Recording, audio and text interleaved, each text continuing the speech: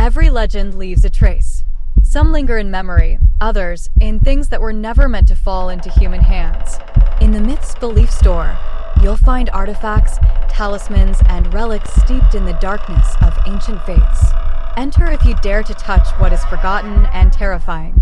Link in the description.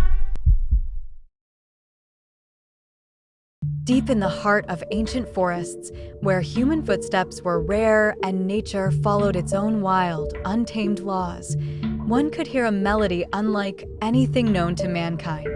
At times it was soothing, like a warm summer breeze, and at other moments so unsettling that it could trigger sudden, irrational fear. Among the dense thickets, in the shadow of trees older than any kingdom, there lurked a being whose presence was felt instinctively long before it was ever seen. Today we tell the story of Pan, the Greek god of wild nature, shepherds, forests, and music, whose name has inspired respect, fascination, and panic for thousands of years. Pan is one of the most recognizable figures in Greek mythology. His appearance immediately revealed his bond with nature. The upper half of his body resembled a man, but from the waist down he was a goat. He had hairy legs ending in hooves, long horns curling from his forehead, and a wild, unkempt beard. His eyes gleamed like those of an animal, full of energy, instinct, and something that could hardly be called human. Pan was the god of forests, fields, shepherds, and flocks. He protected animals, yet could terrify them just as easily. He was unpredictable, cheerful, carefree, and playful one moment, then fierce, wild, and dangerous the next. He loved music, dancing, and laughter, and his favorite instrument was the pan flute, known as the syrinx. According to myth, this instrument was created from the nymph syrinx, who, fleeing from Pan's advances, was transformed into reeds. Hearing her voice in the whisper of the wind, Pan cut the reeds and fashioned a flute so her sound would remain with him forever. It is one of the most famous and most unsettling stories about him, showing how closely he walked the line between beauty and terror. Pan was also the god of instinct, the primal, untamed impulse that lies dormant in every human being. It is from his name that the word panic originates, for he could induce sudden, irrational fear in anyone who disturbed his peace.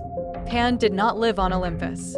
He had no interest in the palaces of the gods, their political disputes, or divine intrigues. His home was the forests of Arcadia, wild, harsh, and full of secrets.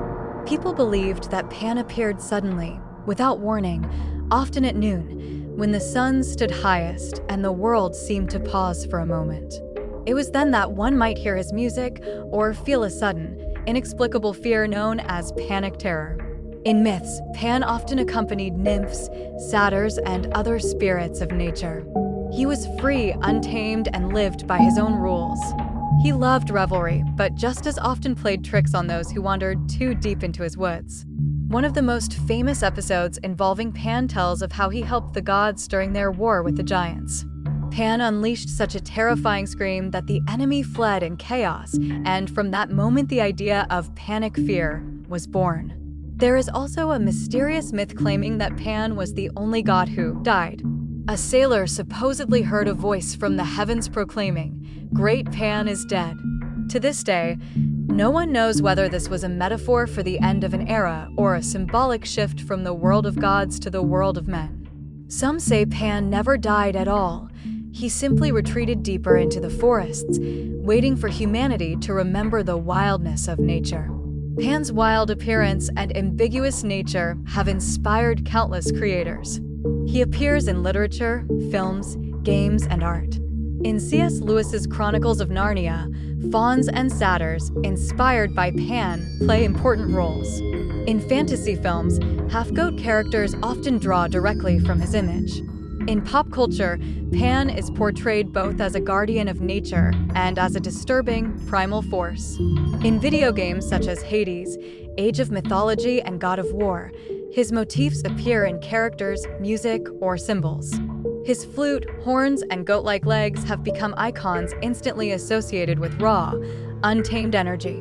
Interestingly, it was Pan's appearance, not Christian descriptions, that influenced later depictions of the devil. Horns, hooves, goat legs, and a wild grin all originate from Pan's imagery.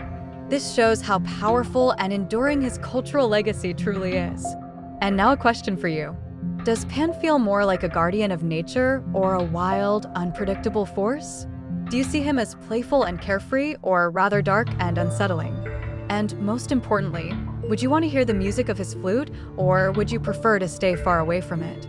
Let us know in the comments. We love reading your interpretations and theories. If you enjoyed this episode, leave a like, subscribe to Myths and Beliefs, and join us for more stories from the myths of the world.